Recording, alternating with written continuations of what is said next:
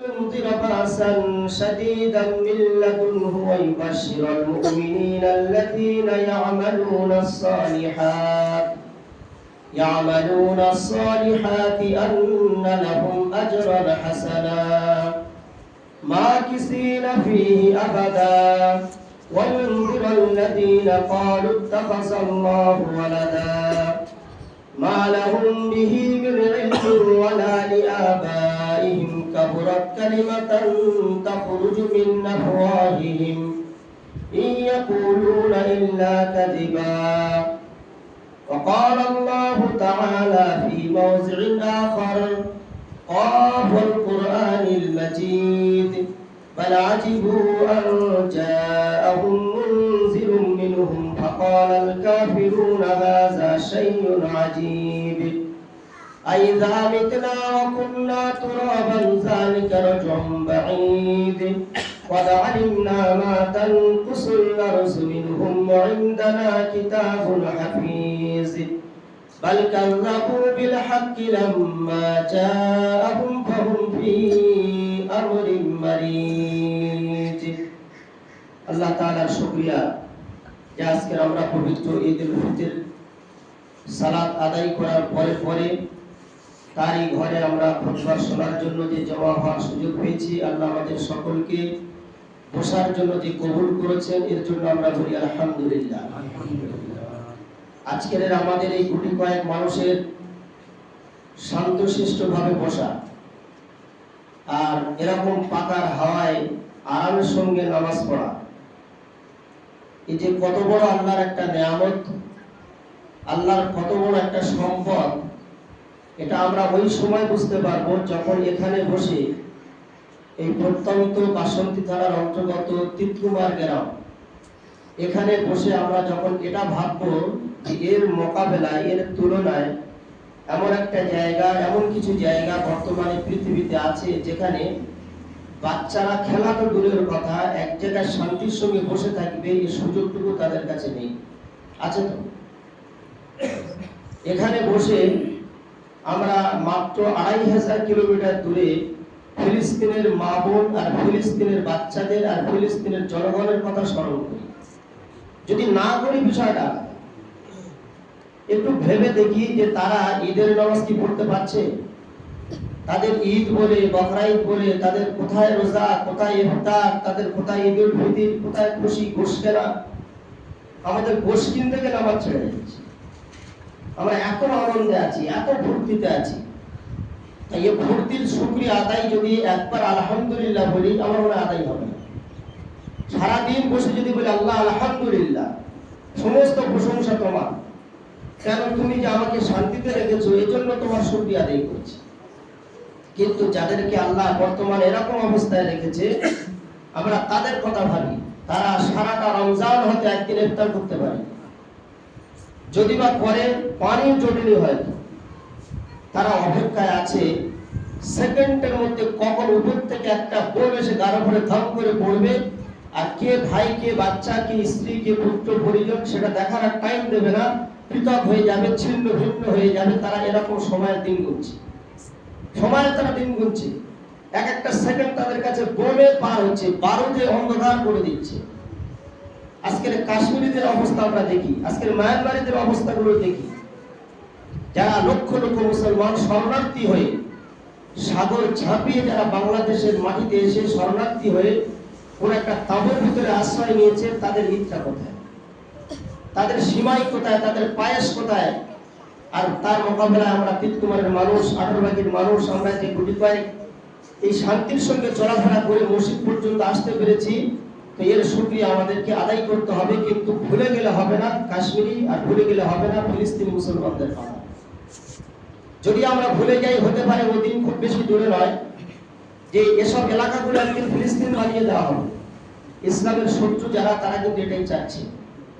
তারা কাউকে আমাদের শান্তির সঙ্গে ঘুমাতে দিতে চায় না, আমাদের ঘুম তাদের সহ্য হয় না, আমাদের ঈদের নামাজ তাদের সহ্য হয় না, আমাদের রমজানের রোজা ইফতার তাদের সহ্য হয় না। এই জন্য এই কথাগুলো আমাদেরকে ভাবতে হবে। কতদিন আমরা গা ঢাকা দিয়ে থাকবো? কতদিন আমরা নিজেরা ঘুমিয়ে থাকবো? আমার তো মনে হয় একটা সংগঠন আছে এখন যারা সবচাইতে বেশি ভারতবর্ষে মুসলমানদের শত্রু, আরএসএস। এই আরএসএস রা এরা নাগপুরের মাটিতে 1923 সালে যখন একত্রিত হয়েছিল তখন কজন ছেলে ছিল? আজকে আমরা বাংলা ভাই, আমাদের মধ্যে কিছু সাথী আছে একটা কাজ করলে বললে বা যখন কাজের পালা আসে তখন বলে আমি একা কি করব, বা আমরা কজন কি করতে পারি। এই যে একটা হীনমন্যতায় আমরা ভুগি, এটাকে কাটিয়ে উঠতে হবে। আরবিতে এটাকে কাসাল বলা হয়, হীনমন্যতা। তার মানে এইটা ওদের মধ্যে নেই। কিন্তু আরএসএস এর ভিতরে হীনমন্যতা নেই, গাফলতি নেই, ওদের মধ্যে অলসতা নেই। আর আমাদের মুসলমান ইয়ং ব্যাচদের ভিতরে হীনমন্যতা ঢুকছি আমরা, কিং কর্তব্য বিমূঢ়। আমরা কোন দিকে যাই, মূল কোন দিকে যাচ্ছে আমরা ঠিক করতে পারছি না, ফলে পিছিয়ে যাচ্ছি। 10 জন কি করতে পারি আমরা?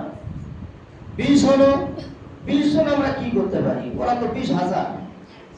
30 হলো, ওরা তো 30,000, আমরা 30 জন কি করতে পারি? এই যে কি করতে পারি বা কিছু পারি না, আমাদের দ্বারা সম্ভব নয়, আমি একা, আমার দ্বারা সম্ভব না, আমরা দুজন কি করতে পারি, এই জাতীয় কথাগুলো আমাদেরকে কাটিয়ে উঠতে হবে।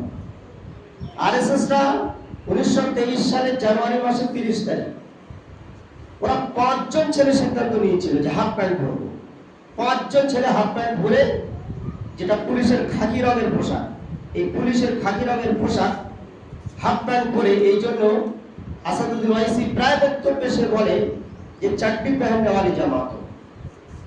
ওরা প্রথমে হাফ প্যান্ট পরে 5 জন নাগপুরের মাঠে, যে নাগপুরে এখন দাঙ্গা চলছে অলরেডি, এখন সম্ভবত কালকের পর্যন্ত খবর প্রায় 350 বেশি ঘর মুসলমানদেরকে ওরা জ্বালিয়ে পুড়িয়ে দিয়েছে, দোকানপাট ভাঙচুর হয়ে গেছে, এখন থামি চলছে ওরা।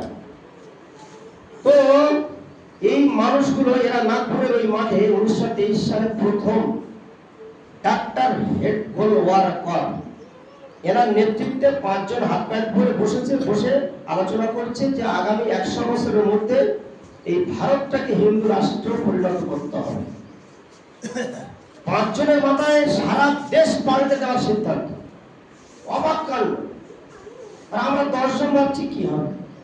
ওরা 5 জন প্রথম সিদ্ধান্ত নিয়েছিল। যদি তোমরা নেটে সার্চ করো পাবে যে আরএসএস এর ইতিহাস খুঁজে দেয়, বই অনেক পার হয়ে গেছে, ডাক্তার গোলওয়ারকরের নামে 3-4টে বই আছে মার্কেটে। তো তারা 5 জন নাগপুরের মাঠে 100 বছর আগে, এখন চলছে 2024-25 চলছে, তার মানে 23 to 23 100 বছর, 2 বছর পার হয়ে গেছে। ওরা ব্যস্ত হয়ে পড়েছে যে আমাদের 100 বছরের টার্গেটে অলরেডি পৌঁছে গিয়েছে। ওরা ভারতবর্ষের ডাক্তার বি.আর. আম্বেদকরের রচনা করা সংবিধান তারা পাল্টে দিয়েছে, দিনের পর দিন আইন পাল্টাচ্ছে, পুরোটা হিন্দুদের মতে চলে যাবে। ওয়াকফ বিল পাস হয়ে গেল, কেউ কিছু করতে পারলাম না। আগামী 26 ইলেকশন লাস্ট, নরেন্দ্র মোদীকে সময় দেওয়া হচ্ছে, যদি ঘোষণা করতে পারো হিন্দু রাষ্ট্র ভালো, বাকি সব সিস্টেম রেডি আছে। পুলিশ প্রশাসন এবং এসপি, ডিএসপি, এসডিএম, ডিএম সমস্ত ডিপার্টমেন্টে আরএসএস এর লোকগুলো ঘোষণা হয়ে গিয়েছে। শুধু একটু ঘোষণাটা করে দিলে, কারণ ক্ষমতা নেই কোনো মুসলমানের আন্দোলন করবে, আন্দোলন করলেই গুলি। তাহলে আমরা কবে জেগে উঠবো, আমরা কবে বিষয়গুলো ভাববো? আমাদের ফতোয়াবাজি করে আমাদের মুসলমানদের অবস্থা এরকম হয়ে গিয়েছে যে ফতোয়াবাজি করতে করতে আমাদের মধ্যে গ্রুপ হয়ে যাচ্ছে, ভাগ হয়ে যাচ্ছে। ও অমুক ও তমুক, কবরস্থানে হাত তোলা চলবে কি চলবে না, অমুক জায়গায় হাত তুলবো কি তুলবো না, কোথায় এই করবো সেই করবো, চাল দিয়ে ভেতরা দেবো না টাকা দিয়ে দেবো, এইসব করতে করতে আমাদের ও দলের ও নেতা, এ দলের এ নেতা, চলবে না, বন্ধ করতে হবে। শয়তান এগুলো চায়।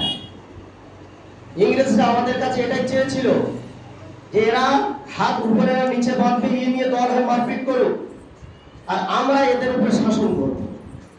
2 দলের নেতাকে আমরা জেলে ভর্তি করব, যে উপরে হাত পাচ্ছে তাকেও জেলে ঢোকাবো, আর যে নাভির নিচে হাত পাচ্ছে তাকেও জেলে ঢোকাবো। এবং আমাদের খাতায় 2 জন সব সমান, দুজনেই মুসলমান। যে জোরে আমিন বলছে তাকেও জেলে ঢোকাবো মারপিট করলে, আর যে আস্তে আমিন বলছে তাকেও জেলে ভর্তি করবো। আমরা দেখবো না কে জোরে আর কে আস্তে। কিন্তু আমরা এই ওদের চক্রান্তটা বুঝতে পারলাম না। এই জন্য আমাদের বিষয়গুলো ভাবতে হবে যে তারা 5 জন যদি সারা দেশ পাল্টে দেওয়ার সিদ্ধান্ত নিতে পারে, আর তারপর থেকে মেহনত করতে করতে 100 বছরে তারা তাদের যে উদ্দেশ্য ছিল সেই উদ্দেশ্যে তারা যদি সফল হতে পারে, একটা রাষ্ট্র তাকে দমন করতে পারছে না, মারতে শেষ করতে পারছে না, তাদের উপরে ছড়ি ঘোরাতে পারছে না। তারা সুকৌশলে তারা গ্রাম কমিটি করলো, তারা বুথ কমিটি করলো, তারা অঞ্চল কমিটি করলো, এরপরে ব্লক স্তরে তারা কমিটি করলো, তারা জেলা কমিটি গঠন করলো, জেলার পরে তারা রাজ্য কমিটি গঠন করলো, রাজ্য কমিটি থেকে তারা রাষ্ট্র কমিটি গঠন করলো। এখন তাদের টার্গেট হলো বাংলাদেশকে ভারতের সঙ্গে যুক্ত করতে হবে। তারা বাংলাদেশে ঢুকে পড়লো। বাংলাদেশে 650 যে থানা আছে, তার মধ্যে 600 থানার ওসি হিন্দু, এবং তারা ট্রেডমার্ক আরএসএস দের ওসি গুলো বসানো হয়েছে।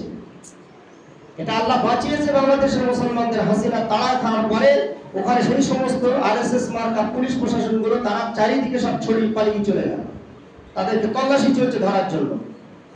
যাক, সেখানকার এর পিছনে কারদের হাত?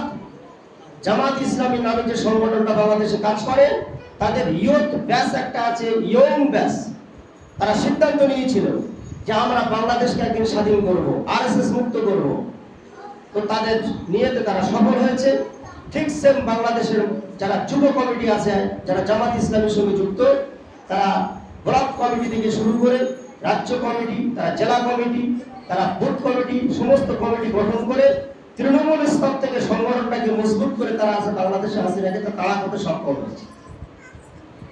তো কাজ করতে হবে, ইয়ং ব্যাচদেরকে একটা সিদ্ধান্ত নিতে হবে। বিনা সিদ্ধান্তে কোনো কাজ হবে না। কিন্তু আজকে আমরা যারা এখানে বসে আছি, যদি আমরা মনে করি জমিয়তে আহলে হাদিসের ব্যানারে কাজ করব আমি, এবং আমি একজন জমিয়তে আহলে হাদিসের কর্মী, আজ আমাকে সিদ্ধান্ত নিতে হবে আমি কর্মী কিনা, আমি জামাতকে ভালোবাসি কিনা।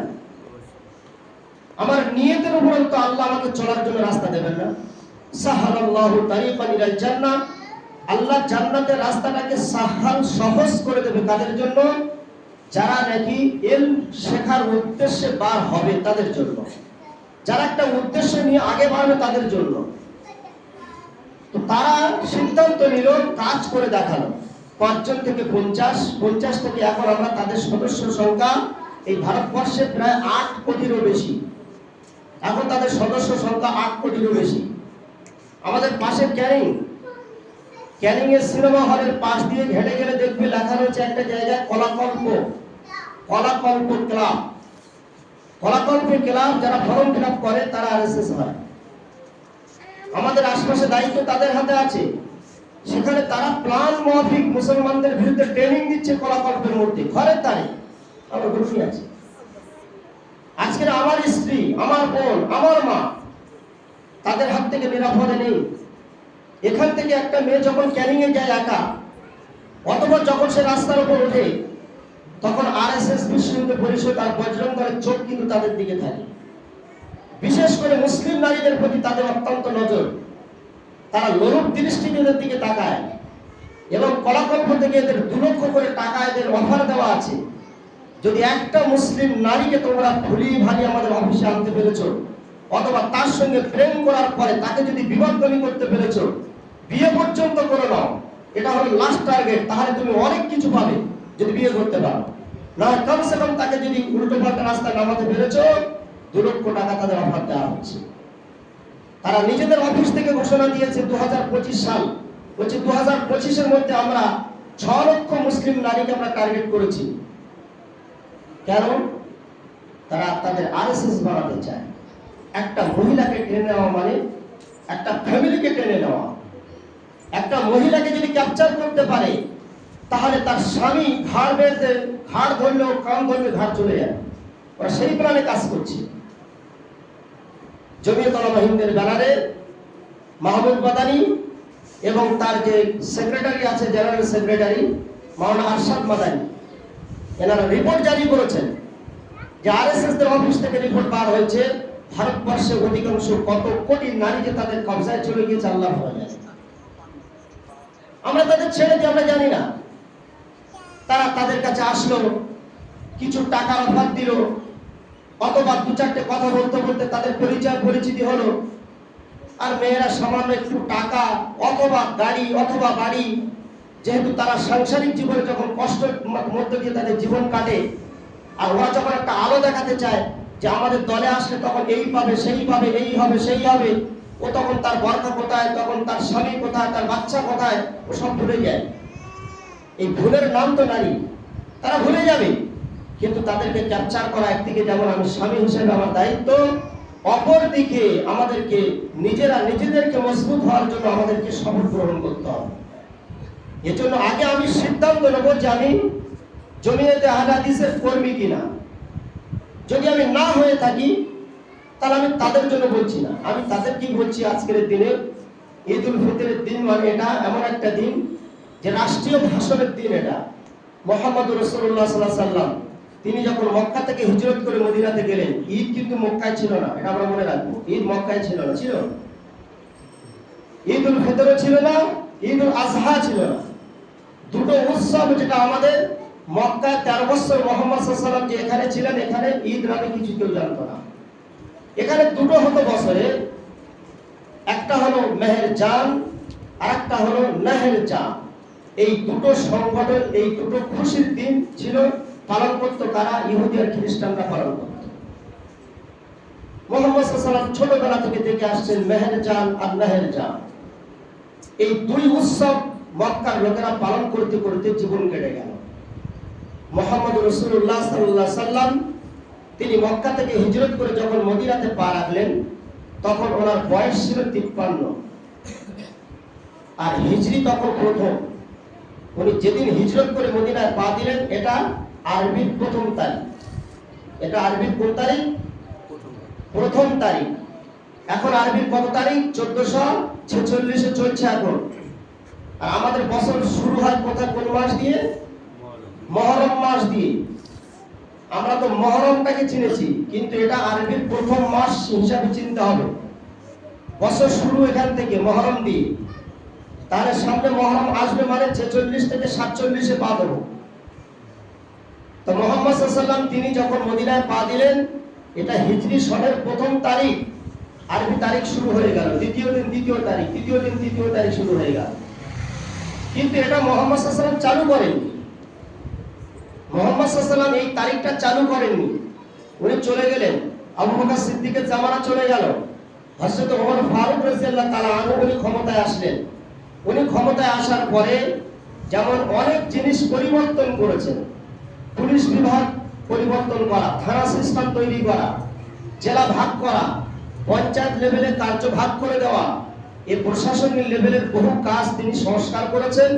এবং হযরত ওমর রাদিয়াল্লাহু তাআলা আনহুর খেলাফতের আমলে বহু অবদান কিন্তু রাখা ছিল। তার মধ্যে এটাও একটা যে উনি সিদ্ধান্ত নিলেন যে আমাদের মুসলমানদের নিজস্ব একটা ক্যালেন্ডার হওয়া উচিত। আমাদের মুসলমানদের একটা মুহাম্মদ সাল্লাল্লাহু আলাইহি ওয়াসাল্লামের নামে একটা ক্যালেন্ডার চলা উচিত। একটা তারিখ ঠিক করা ভালো। কারণ উহুদের যুদ্ধ ঘটে গেল, বদরের যুদ্ধ হয়ে গেল, মক্কার যুদ্ধ সংগঠিত হলো, একটা বড় বড় যুদ্ধ, মক্কা জয় হলো, মদিনাতে থাকাকালীন মক্কা জয় হলো, হুদায়বিয়ার সন্ধি হলো। তো এসব কিছু হয়ে যাচ্ছে একের পর একটা ঘটনা। তো কোন একটা ঘটনাকে সাহাবীরা বললেন, কোন একটা ঘটনাকে সামনে রেখে আমরা একটা ক্যালেন্ডার বানাতে শুরু করে দিই, আমরা একটা তারিখ ঠিক করে নিই। সে হুদায়বিয়ার সন্ধি যদি ধরি তাও হবে। যদি বলি বদরের যুদ্ধ ইসলামের প্রথম যুদ্ধ, তাহলে ওটাকে ধরা হোক, যে যুদ্ধে বহু সাহাবী মারা পড়েছেন, আল্লাহ নবী সাল্লাল্লাহু আলাইহি ওয়াসাল্লামের দাম পর্যন্ত শহীদ হলো। তো কেউ বললেন না ওটা, কেউ বললেন এটা, মাশওয়ারা হচ্ছে। অবশেষে একজন পরামর্শ দিলেন, ইয়া রাসূলুল্লাহ, ইয়া খেলাফত আমিরুল মুমিনিন, আপনি এক কাজ করুন, সব বাদ দিয়ে মুহাম্মদ সাল্লাল্লাহু আলাইহি ওয়াসাল্লাম যে তারিখে মদিনাতে পা দিয়েছেন, আমরা ওই তারিখ ধরে নতুন একটা ক্যালেন্ডার, ইসলামিক ক্যালেন্ডার বানিয়ে দিই, যে মুহাম্মদ সাল্লাল্লাহু আলাইহি ওয়াসাল্লামের ওটা চির স্মরণ হিসাবে আমাদের মাঝে বিরাজমান থাকবে। হযরত ওমরের কথাটা পছন্দ আসলো এবং উনি মুহাম্মদ সাল্লাল্লাহু আলাইহি ওয়াসাল্লামের হিজরতের তারিখটাকে তারিখ ধরে আমাদের ইসলামিক ক্যালেন্ডার চালু করে দিলেন। আজকের যত আরবি ক্যালেন্ডার আমরা দেখি হিজরি সব, তো সেই তারিখ ধরে আমরা পৌঁছে গিয়েছি প্রায় 1446 আমরা পৌঁছে গিয়েছি। তো মুহাম্মদ রাসূলুল্লাহ সাল্লাল্লাহু আলাইহি ওয়াসাল্লাম তিনি যখন মক্কায় পা দিলেন মদিনায়, তখন ওনার বয়স ছিল 53, টোটাল বয়সের 53। ওখানে গিয়ে দেখছেন সাহাবীরা যে মেহেরজান এবং নেহেরজান নামে দুটো যে উৎসব এখানেও পালন করছে, মদিনার লোকেরাও পালন করছে। আর আমরা তখন রমজানের দ্বিতীয় হিজরিতে রমজান মাসে রোজাও আসলো। আল্লাহ নবী সাল্লাল্লাহু আলাইহি ওয়াসাল্লাম তিনি তখন একটা বললেন যে তোমরা এক কাজ করো, ওই দুটো ঈদ যেটা চলছে ওদের খুশির দিন, তোমরা এর পরিবর্তে ঈদ উল ফিতর, ঈদ উল আযহা আল্লাহ আমাকে জানিয়েছেন তোমরা এই ঈদুল ফিতর ঈদুল আজহা তোমরা পালন করো, এবং টাইমটাও রাসূল সাল্লাল্লাহু আলাইহি ওয়াসাল্লাম শিখিয়ে দিলেন। রমজানের রোজা শেষ হবে, ঈদুল ফিতর হবে, আর বকরা ঈদের সময় যেটা মিনার ময়দানে হাজিরা একত্রিত হয় পাথর মারে, ওই দিনটাকে ঈদুল আজহা কুরবানির দিন বলে ঘোষণা করে দেওয়া হবে। তাহলে ওই ঈদ ছিল, ওটা জাহিলি যুগের দুটো ঈদ, খুশির দিন। তার পরিবর্তে মুহাম্মদ সাল্লাল্লাহু আলাইহি ওয়াসাল্লাম আমাদের একটা খুশির দুটো দিন দিলেন। তাহলে ইসলাম এসে একটা চেঞ্জ করে দিয়েছে, বন্ধ কিছু করেনি। যেটা ছিল উৎসবটাকে চেঞ্জ করে দিয়েছে। চেঞ্জ করে দেওয়ার ফলে আজকের আমরা ঈদটাকে আমরা সামনে পাচ্ছি। আর মুহাম্মদ সাল্লাল্লাহু আলাইহি ওয়াসাল্লাম তিনি তার জীবনে একটা ভাষণ দিয়েছিলেন, সেটা হলো আরাফাতের ময়দানে দাঁড়িয়ে প্রায় 1,25,000 বেশি সাহাবী বসে আছেন, পুরো আরাফাতের ময়দান ভরা। মুহাম্মদ সাল্লাল্লাহু আলাইহি ওয়াসাল্লাম তিনি দাঁড়িয়ে প্রথমে অশ্রুসিক্ত অবস্থায় দাঁড়িয়েছিলেন, কেঁদে ফেলেন, ঠিক এরকম একটা পরিস্থিতি। সাহাবীরা বুঝতে পারলেন না যে মুহাম্মদ সাল্লাল্লাহু আলাইহি ওয়াসাল্লাম আজকের দিনে ভাষণ দিতে উঠে দাঁড়িয়ে তিনি কাঁদছেন কেন। এটাই ছিল মুহাম্মদ সাল্লাল্লাহু আলাইহি ওয়াসাল্লামের নিজের জীবনের লাস্ট ভাষণ। এরপরে তিনি সাহাবীদের সামনে আর কোনোদিন বড় আকারে খুতবা দেননি, বড় আকারে খুতবা পেশ করার সুযোগ আসেনি।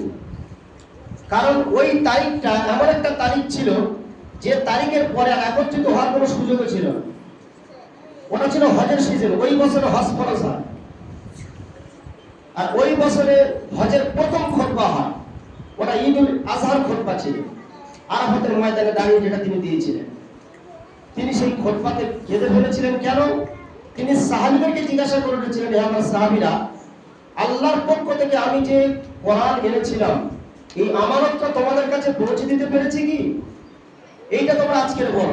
নিজেকে ছোট করে একজন মহানবী, প্রধান নবীর অবস্থাটা আমরা দেখি, তিনি নিজে ছোট হয়ে বলছেন যে আমার উপরে যে দায়িত্বটা দেওয়া ছিল, এই দায়িত্বটা আমি কি পালন করতে পেরেছি? কে কাকে জিজ্ঞাসা করছে? তো সমগ্র সাহাবীগণ হযরতগণ ওনারা বলে উঠলেন, ইয়া রাসূলুল্লাহ, আপনি কোরআন নামে যে কিতাবটা আমাদের কাছে যে পৌঁছে দিয়েছেন, আমরা এটা বলছি না পৌঁছে দিয়েছেন কি দেননি, আমরা তো আপনার বিষয়ে এ সাক্ষী দিতে রাজি আছি যে আপনি কোরআনের প্রত্যেকটা আয়াত কেমন করে আমল করতে হয় তাও পর্যন্ত দেখিয়ে দিয়েছেন। বলি সুবহানাল্লাহ। কি উত্তর আসলো সাহাবীদের পক্ষ থেকে! আল্লাহ রাসূলের চোখ যেন একটু শান্ত হয়ে গেল, চোখটা জুড়িয়ে গেল।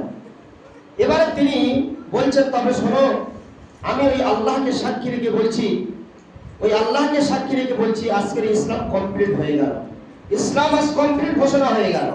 এবং ওই সময় কোরআনের শেষ আয়াত, যেটা সূরা মায়েদা আয়াত নম্বর 3 এর ওই অংশটা নাযিল হয়েছিল, আল ইয়াউমা আকমালতু লাকুম দীনাকুম ওয়া আতমামতু আলাইকুম নি'মাতি ওয়া রাযীতু লাকুমুল ইসলাম দীনা, যে আজ আমি আল্লাহ ইসলাম কমপ্লিট করে দিলাম। মুহাম্মদ সাল্লাল্লাহু আলাইহি ওয়াসাল্লামের কথা আর সাহাবীদের পক্ষ থেকে সাক্ষ্য, এই দুটো মিলিয়ে এমন একটা সেদিন পরিবেশ তৈরি হয়ে গিয়েছিল যে আল্লাহ এত খুশি হয়ে গিয়েছেন যে এবার আমি ইসলামটাকে কমপ্লিট না করে থাকতে পারলাম না। অথচ মুসা আলাইহিস সালাম তিনি একটা ধর্ম প্রচার করেছেন, আল্লাহ কমপ্লিট করেননি। ঈসা আলাইহিস সালামের যুগে ধর্ম কমপ্লিট হয়নি, ইব্রাহিম আলাইহিস সালামের যুগে ধর্ম কমপ্লিট হয়নি। দাওয়াত ছিল, ইসলাম ছিল, সব ছিল, কিন্তু কমপ্লিট হয়নি। কমপ্লিট হয়নি। কমপ্লিট হলো মুহাম্মদ রাসূলুল্লাহ সাল্লাল্লাহু আলাইহি ওয়াসাল্লামের যুগে ইসলাম কমপ্লিট ঘোষণা করে দেওয়া হলো। তাহলে ঈদের দিনে বড় বড় কাজ হয়েছে। ঈদের খুতবার মাধ্যমে মুহাম্মদ রাসূলুল্লাহ ইসলামটাকে কমপ্লিট ঘোষণা করেছেন। তো আজকের আমরা সেই ঈদের একটা নমুনা। আমি এজন্য বারবার বলছি, যেদিনে মুহাম্মদ সাল্লাল্লাহু আলাইহি ওয়াসাল্লাম তিনি সর্বত্র সাহাবীদেরকে নিয়ে ভাষণ দিচ্ছিলেন, সেদিনে তিনি কি একথা ঘোষণা করেননি যে ওয়ারাফা'না লাকা যিকরাক ফা ইন্না মা'আল উসরি ইসরা, ইন্না মা'আল উসরি ইসরা। হে আমার উম্মত, তোমরা শুনে নাও, এমন একটা দিন আসবে 1,25,000 থেকে এটা 125 কোটি হয়ে যেতে পারে, সারা পৃথিবীতে ইসলাম ছড়িয়ে যাবে। ওয়ারাফা'না লাকা যিকরাক, এবং মুহাম্মদ রাসূলুল্লাহর জিকির, ওনার নাম, কাঁচা পাকা, কুড়ে ঘর, বড় ঘর, ছোট, বিভিন্ন ঘর থেকে তার নাম উচ্চারিত হবে। আজকের পৃথিবীর কোনায় কোনায় মুহাম্মদ সাল্লাল্লাহু আলাইহি ওয়াসাল্লামের নাম পৌঁছে গিয়েছে। তখন মক্কার মধ্যে সীমাবদ্ধ ছিল, মদিনার মধ্যে সীমাবদ্ধ ছিল। যখন প্রথম ঈদের জামাত হয়েছিল, সেদিনে ওরা মুহাম্মদ সাল্লাল্লাহু আলাইহি ওয়াসাল্লাম ওনার সাথীরা ছাড়া আশপাশের লোক ছাড়া কেউ চিনত না, কেউ চিনত না। মুহাম্মদ রাসূলুল্লাহ সাল্লাল্লাহু আলাইহি ওয়াসাল্লাম যখন মদিনাতে পা দিলেন, দেওয়ার সাথে সাথে তিনি একটা মসজিদ নির্মাণ করার প্ল্যান করলেন। মসজিদের জন্য জায়গা প্রয়োজন হয়েছিল। সব সাহাবীরা এগিয়ে আসলেন। তার মধ্যে দুজন শিশু ছিল, বালক ছিল। মা তাদেরকে ট্রেনিং দিয়ে তারা দুনিয়া ছেড়েছিল, যদিও তাদের অল্প বয়সে মা মারা গিয়েছিল, বাপ মারা গিয়েছিল। ও ছেলে দুটোর না মা ছিল না বাপ ছিল, কিন্তু শিশু বয়সে ও মা কেমন মা ছিল, তার এক ফোঁটা দুধের কতটা মূল্য ছিল, যে বাচ্চা হক আদায় করে দেখিয়ে দিয়েছে। মোহাম্মদ রাসূলুল্লাহ সাল্লাল্লাহু আলাইহি ওয়াসাল্লাম মাশওয়ারা করছেন, মসজিদ নির্মাণ হবে, জায়গা লাগবে, জায়গা লাগবে। আজকে আমাদের পকেটের 100 টাকা তো আমরা মনে করি যে এটা আমার পিতা, একে ছাড়া যাবে না। আমার পকেটের 500 টাকা জানে এটা আমার, আমি টাকা যা আমি গোলাম আর টাকা আমার মালিক। এখন উল্টে গিয়েছে, বল না, the money is second god. পয়সাই এখন দ্বিতীয় খোদা হয়ে দাঁড়িয়েছে, পয়সাই আমাদের কাল হয়ে গিয়েছে। এখন পকেটে কারো 500 টাকা থাকলে মনে করি আমি এর গোলাম। এখন এই টাকা আমার যেদিকে না যাবো আমার সেদিকে যেতে হবে। ও টাকা যদি আমার হাত ধরে কোনো অন্য কোনো জায়গাতে নিয়ে যাওয়া যেতে হবে। চুরি চামারি বিভিন্ন কাজে চলে যাচ্ছে, টাকা টাকা খিঁচে নিচ্ছে, ওকে মান খিঁচে নিচ্ছে, ইজ্জত সম্মান কিছু রাখছে না। কিন্তু সাহাবীদের মেজাজটা কেমন ছিল? এরকম নয়। ও দুটো বাচ্চা আগিয়ে আসলো, এসে বলছে, ইয়া রাসূলুল্লাহ, আপনি আমাদের জায়গাটাকে গ্রহণ করুন, আমরা ইসলামের প্রথম মসজিদ নির্মাণের জন্য এই জায়গাটা আপনার হাতে তুলে দিতে চাই। আল্লাহ রাসূল বললেন, তোমার আব্বার মাকে ডাকো। বলছে, ইয়া রাসূলুল্লাহ, আমার মা নেই, বাপ নেই। ও দুই ভাইয়ের নাম কি ছিল? সাহাল আর সুহাইল রাদিয়াল্লাহু তাআলা আনহু। আল্লাহ রাসূল বললেন, না, তাহলে তোমাদের জায়গা আমি নেব না। বারবার জেদ করে, সবাই সুপারিশ করে, ইয়া রাসূলুল্লাহ নিন। এরা স্বতঃস্ফূর্তভাবে জায়গাটা দিয়ে দিচ্ছে। আচ্ছা, একটু আমরা ভাবি, তিতকুমারের মসজিদে বসে সেই মদিনার মসজিদের কথাটা ভাবি, মসজিদে কুবা ছিল ওটা। একটু ভাবি আমরা যে ওরা যে দুটো বাচ্চা জায়গাটা দিয়ে দিচ্ছে, তো ওরা কি একটু ভাবেনি যে জায়গাটা দান করে দেওয়ার পরে আমরা থাকবো কোথায়? আমরা থাকবো কোথায়? চার কেছে গেছে, বাম্মা অতীত হয়ে গিয়েছে, কিন্তু আমরা কোথায় বাস করব? এইটুকু তারা পিছনের কথা ভাবেনি। না, ইসলামের একটা বিশাল বড় কাজ হবে, দিয়ে দিয়ে পরে দেখা যাবে। আর এই যুগে এরকম নজির আমি দেখেছি। আমাদের বাদুড়িয়া থানা জসাইকাটি গ্রাম, জসাইকাটি গ্রামে জুমার নামাজ পড়তে এসে খুতবা শুনে, বক্তব্য শুনে একজন মহিলা নিজের গলার হার যা ছিল সব দান করে তার চলে গেছে। মানে ইমানের পাল্লা এত ভারী হয়ে গিয়েছিল। এটা ভালো দিক, মেয়েরা আবেগী হয়। আল্লাহ তাদের দ্বারা ইসলামের বড় বড় কাজ নিয়েছে, এখন দান করে দিয়ে চলে গিয়েছে। বাড়িতে যাওয়ার পরে ছেলেরা শুনে বকাবকি করছে যে এ কি দান। আবার তারা ইমাম সাহেবের সঙ্গে যোগাযোগ করে সেই হার, তার কতটা দাম, সেই রূপো যা কিছু দিয়েছিল, সোনা গয়না, তার কতটা দাম, সেই ছেলেগুলো করলো কি, তারা নিজেরা ব্যাংক ব্যালেন্সের টাকা সব তুলে তার মূল্য মসজিদে দিয়ে হাতটা ফেরত নিয়ে গেছে। কিন্তু দিয়েছে তারা ফ্রিতে ছাড়িয়ে নিয়ে যায়নি। সাহাবীদের মেজাজটা ঠিক এরকম ছিল। আল্লাহ রাসূল সাল্লাল্লাহু আলাইহি ওয়াসাল্লাম অবশ্যই জায়গা নিলেন, তবে অল্প মূল্য নিলেন, যে ঠিক আছে অল্প কিছু টাকা তোমরা নিয়ে যাও, নইলে এখানে মসজিদ তৈরি করার পরে কিয়ামত পর্যন্ত একটা রয়ে যাবে যে ইসলামের প্রথম মসজিদ একটা ইতিম বাচ্চার জায়গা মুহাম্মদ রাসূলুল্লাহ সাল্লাল্লাহু আলাইহি ওয়াসাল্লাম জোর করে কেড়ে নিয়ে মসজিদ করেছে। এই কথা উঠবে তো, পরে উঠতে পারে।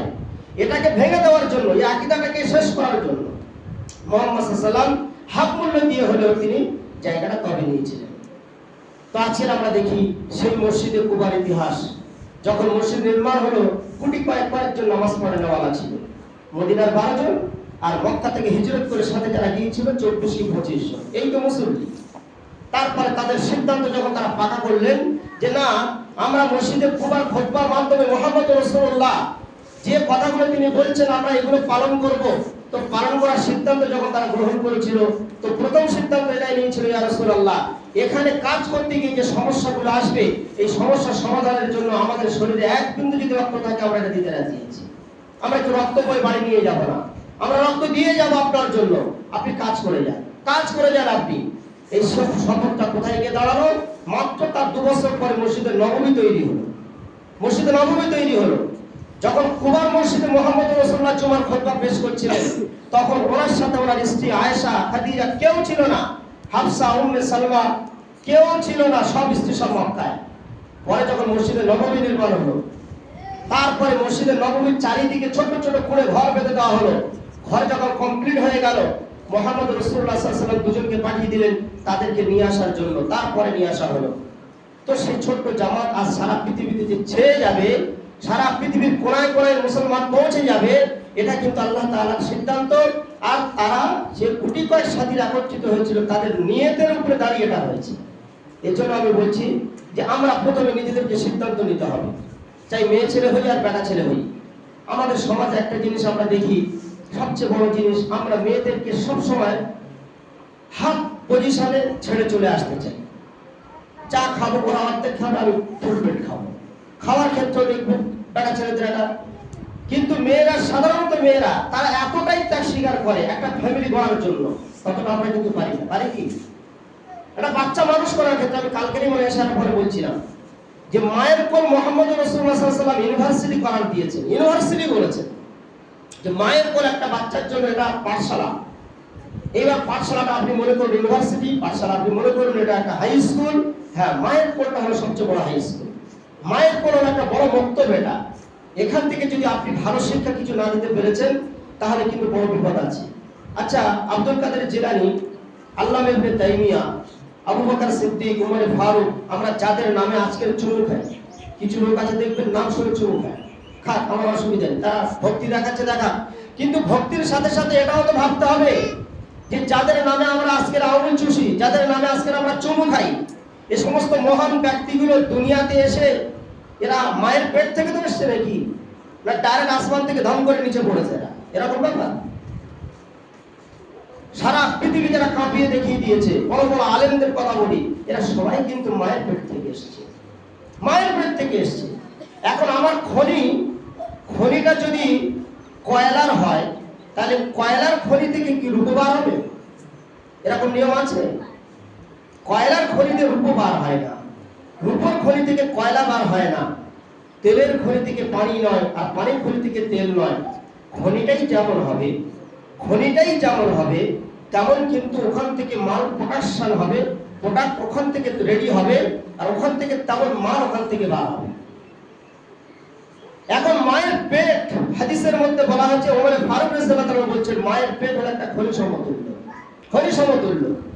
মায়ের পেট যেমন হবে ও খনি যেমন হবে, সেখান থেকে আব্দুল কাদের জিলানী দুনিয়াতে আসবে, ওখান থেকে ওমর ফারুক আসবে, আবার ওখান থেকে মুসাইলামাতুল কাযযাব বার হবে, যে দুনিয়াতে আসার পরে নবী বলে দাবি করেছিল।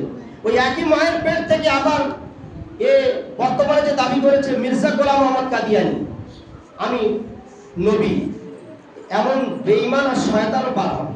এই একই মায়ের পেট থেকে নরেন্দ্র মোদীও জন্ম নেবে, আবার একই মায়ের পেট থেকে ফিলিস্তিনের আরাফাতের সংগ্রামী নামী আরাফাতও জন্ম নেবে। সব কিন্তু মায়ের পেট থেকে আসবে, কেউ বাইরে থেকে আসবে না। মসজিদের ইমামও মায়ের পেট থেকে জন্ম নেবে, আর সিনেমার একজন ক্যাশিয়ার যদি হতে হয় সেও জন্ম নেবে।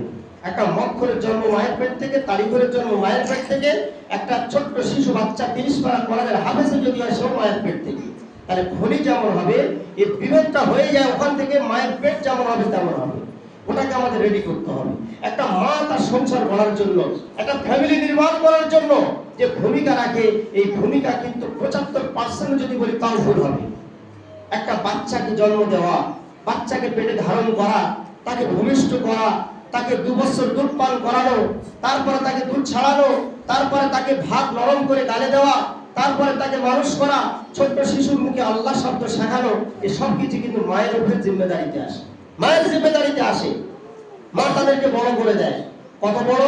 যখন ছেলে হাত ধরে দৌড়তে শুরু করে দেয়, আব্বা আব্বা বলতে ডাকতে শেখে, বা মার্কেটে যাচ্ছে তখন বাচ্চা বলছে আব্বা আমি যাব, যখন এই লেভেলে যখন পৌঁছে যায় তখন মায়ের জিম্মেদারি থেকে বাপের জিম্মেদারিতে চলে যায়। আর ছোট্ট শিশু ছোটবেলায় সবকিছু কিন্তু আবদার করে মায়ের কাছে, করে তো? যা কিছু চায় মায়ের কাছে, খিদে লাগলে মায়ের কাছে ছুটে যায়, নাকি বাপের কাছে যায়? ছোট্ট শিশু অবুঝ যতদিন থাকে, ও কিন্তু খিদে লাগলে মার কাছে যাবে, চাওয়া পাওয়ার প্রয়োজন হলে মার কাছে গিয়ে দাবি করবে, মারও খাবে, কিন্তু মার আঁচল ধরে থাকবে, ও মার আঁচল ছেড়ে কোথাও যেতে রাজি না। মেয়েরে গোড়াগড়ি দিচ্ছে, তোর এখন খাবারটাই হ্যাঁ আমি একটা কাজে লেগেছি, সে কথা শুনবে, বকুনি শুনবে, কিন্তু আবার ওকে মায়ের কোলের ভিতরে মাথা গুঁজে দিয়ে কাঁদবে, কিন্তু মার আঁচল সে ছাড়তে রাজি না। তাহলে মাকে একটা বাচ্চা কত কাছে থেকে চেনে, আর একটা বাচ্চা মাকে কত কাছে থেকে ভালোবাসে, এটা এখান থেকে আমরা বুঝতে পারি। এখন এ বেচারা খাওয়ায়, পান করায়, কিন্তু যখন ও একটু বড় হয় না, তখন দেখতে পায় আচ্ছা ও মার কাছে কান্নাকাটি করলে মা দেবে করতে, মার কাছে পয়সা কোথা থেকে আসবে, মার ফান্ডিংটা করতে গিয়ে সংগ্রহ হবে, মা তো টাকা ইনকাম করছে না। তখন ও মা বাচ্চা এখানে ওর কাছে যখন দাবি করে, ও টুক করে বাপের কাছে ফোন করে, ছেলে জ্বালাতন করছে টাকা লাগবে, কিন্তু বাচ্চা বুঝতে পারে না যে ফ্রডটা করতে গিয়ে আসছে, ও চিনতে পারে না। যখন একটু বড় হয়ে যায়, ও যখন দেখে যে আমি যে মার কাছে এত দাবি করছি, এত চাচ্ছি, মা তো দেয় না, দেয় তো বাপ, দেয় তো বাপ। এইবার আস্তে আস্তে ছেলে আস্তে আস্তে মার কাছ থেকে সরে ডাইরেক্ট হয়ে যায় বাপের ধরে। দেখবেন একটা কলম লাগলে বাপ একটা কলম দিতে হবে, একটা ললিপপ দিতে হবে, একটা লজেন দিতে হবে, একটা কেক কিনে দিতে হবে। ও এবার মার কাছে চায় না, এর নাম বাপ আর এর নাম মা। আর একেই বলা হয় শিশু, যে আমাদের কোলে এসছে তার কিন্তু পুরো জিম্মেদার একটা বাপ আর মা বহন করে। ও ডাইরেক্ট বাপের হাত ধরে বা ছড়াছড়ি শুরু করে দেয়। ফালাম্মা বালাগা মাহু সায়া ক্বালা ইয়া বুনাইয়া ইন্নী আরা ফিল মানাম আন্নী আসবাহুকা ফানজুর মাযা তারা ক্বালা ইয়া আবাতি ফাল মা তুমার সাতাজিদুনি ইনশাআল্লাহ মিনাস সাবিরিন। হযরত ইব্রাহিম আলাইহিস সালামের ছেলে ইসমাঈল কখন বাপের হাত ধরেছিল, কখন কুরবানি তার জন্য করা ফরজ হয়ে গিয়েছিল? কোরআন বলছে ফালাম্মা বালাগা মাহু সায়া, যখন ও হালকা দৌড়াতে শুরু করে দিয়েছে, মানে মার আত্মার কেটে গিয়েছে, বাপের প্রতি মহব্বত শুরু হয়ে গিয়েছে। কোরআন বলছে এই সময় আমি স্বপ্ন দেখিয়েছিলাম যে তুমি তোমার ছেলেকে কুরবানি করো। ফালাম্মা বালাগা, যখন সে তার বয়সটা পৌঁছে গেল, সায়া, একটু দৌড়াতে শুরু করে দিয়েছে। বাচ্চারা যখন ওই সময় একটু দৌড়াতে শুরু করে, টুকটুক করে হাঁটতে থাকে, তখন কিন্তু ভালোবাসা চরমে পৌঁছে যায়। আল্লাহ ওই সময় কুরবানি চাইলেন, ওই সময় কুরবানি চাইলেন। এজন্য মায়েদের কোল এ প্রথম নির্মাণ করতে হবে। হযরতে কাব ইবনে হাফসা রাদিয়াল্লাহু তাআলা আনহা একজন সাহাবী, মহিলা সাহাবী ছিলেন। নিজের দুটো ছেলে আর স্বামীকে নিয়ে জিহাদে চলে যাচ্ছেন। কি মেয়ে, কি স্ত্রী তারা ছিল দুনিয়াতে। স্বামীরা কোথায় মেয়েদেরকে নিয়ে যাবে? কাব ইবনে হাফসা রাদিয়াল্লাহু তাআলা আনহা, ওনার দুটো ছেলে বাড়িতে ছিল আর স্বামী ছিল। তাহলে মোট আমরা চারজন, দুজন আর দুজন, পাঁচজন, চারজন। বলছে চলো জিহাদে যেতে হবে। মুহাম্মদ সাল্লাল্লাহু আলাইহি ওয়াসাল্লাম তিনি গতকাল নাম লিখিয়েছেন, সবাই নাম লিখেছেন, আমাদেরকে জিহাদে যেতে হবে। ওনার স্বামী ওনাকে বলেছেন, আরে পাগলি, তুই মেয়ে ছেলে, তুই জিহাদে কি করবি? ইসলামটাকে আগে বাড়ানোর জন্য যখন যে জিনিসটা প্রয়োজন হয়েছিল তারা কিভাবে জবান দিয়েছিল, এটা বলার উদ্দেশ্য। জিহাদ প্রয়োজন, জিহাদ দিয়েছে। সময়ের প্রয়োজন, সময় দিয়েছে। অর্থের প্রয়োজন, অর্থ দিয়েছে। সারা দিন সাহাবীরা ভ্যান চালিয়ে খেয়ে, তখনকার যে গাড়ি ঠেলা, বাগানে পানি দেওয়ার জন্য ডোর বালতি ব্যবহার করে ইহুদিদের বাগানে সারা দিন খেটে এক মুঠো খেজুর পেয়েছে। সেই খেজুরটুকু এনে নিজেদের স্ত্রী আর বাল বাচ্চার মুখে তারা তুলে দেয়নি। তারা সেই খেজুরটুকু এনে মুহাম্মদ রাসূলুল্লাহর সামনে রুমাল পাতা ছিল জমা করে দিয়ে বলেছিলেন, ইয়া রাসূলুল্লাহ, আপনি যদি মনে করেন তাহলে আমার দুটো হাত নেই, আমার কিছু নেই, কিন্তু আমি যেটুকু এনে দিয়েছি এটা হালাল, আপনি কবুল করুন। বলে সুবহানাল্লাহ। আল্লাহ রাসূল সাল্লাল্লাহু আলাইহি ওয়াসাল্লাম সেই আলকামা রাদিয়াল্লাহু তাআলা আনহু সেই খেজুরটুকু নিয়ে সমস্ত খেজুরের উপরে ছড়িয়ে দিচ্ছেন।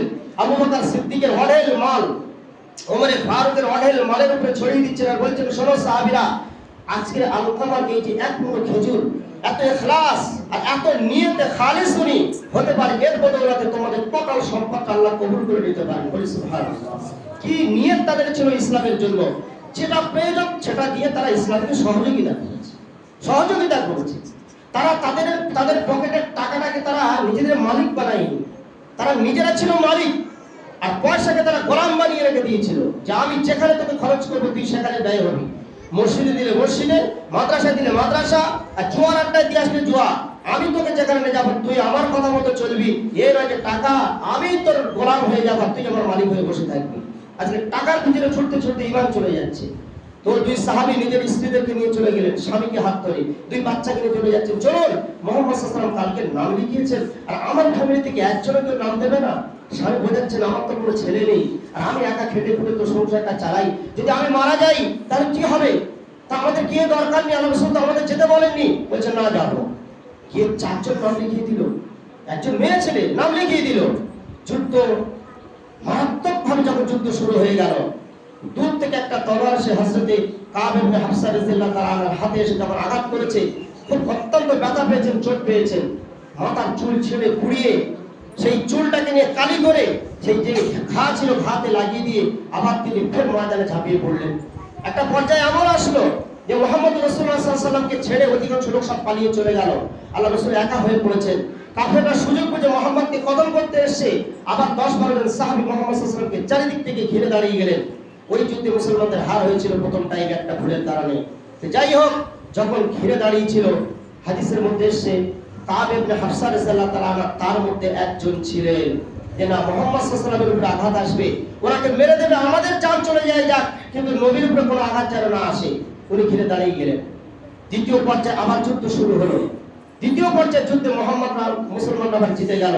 কিন্তু অবাক কাণ্ড, দ্বিতীয়বারে যখন যুদ্ধ শুরু হলো, হযরতে কাব ইবনে হাফসা নিজের ছেলেকে বললেন যাও জিহাদে শরীক হও। সেই জিহাদে একটা ছেলে শহীদ হয়ে গেল। ওনার কাছে যখন খবর আসলো তোমার ছেলে মারা পড়েছে, তো কাব ইবনে হাফসা বলছেন ছেলে মারা গিয়েছে খবর আমি শুনতে চাচ্ছি না, আমি শুনতে চাচ্ছি মুহাম্মদ সাল্লাল্লাহু আলাইহি ওয়াসাল্লাম তিনি কেমন আছেন, তিনি কেমন আছেন খবরটা আগে দাও। ফের কিছুক্ষণ পরে সে বলল দ্বিতীয় ছেলে শহীদ হয়ে গিয়েছে, বলছে আমি ওটা শুনতে চাচ্ছি না, আমি শুনতে চাচ্ছি মুহাম্মদ সাল্লাল্লাহু আলাইহি ওয়াসাল্লাম জীবিত আছেন কিনা। তারপরে খবর আসলো স্বামীও চলে গিয়েছে। অবাক কাণ্ড, স্বামী মাঝখানে একবার ফিরে এসেছিল, হাত কেটে গিয়েছিল, একটা হাত পুরো উড়ে গেল।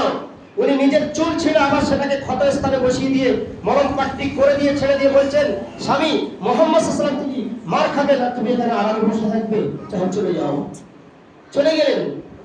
আমরা দেখি আমাদের পূর্বপুরুষ, আমাদের যারা বড়রা ছিল, তারা ইসলামের জন্য কত ত্যাগ স্বীকার করেছে।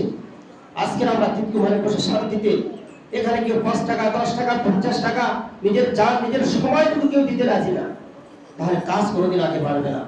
তাদের সেই রক্তের বদলা, তাদের সেই কোনটা রক্ত, তাদের বুকের তাজা রক্ত তারা যে আমাদের জন্য দিয়ে গিয়েছিল, আজকের সেই রক্তের উপরে দাঁড়িয়ে কিন্তু আজকে আমাদের নামাজ হচ্ছে, এটা ভুললে চলবে না। তাদের রক্তের দাঁড়িয়ে আমরা আজকের এখানে নামাজ পড়ছি।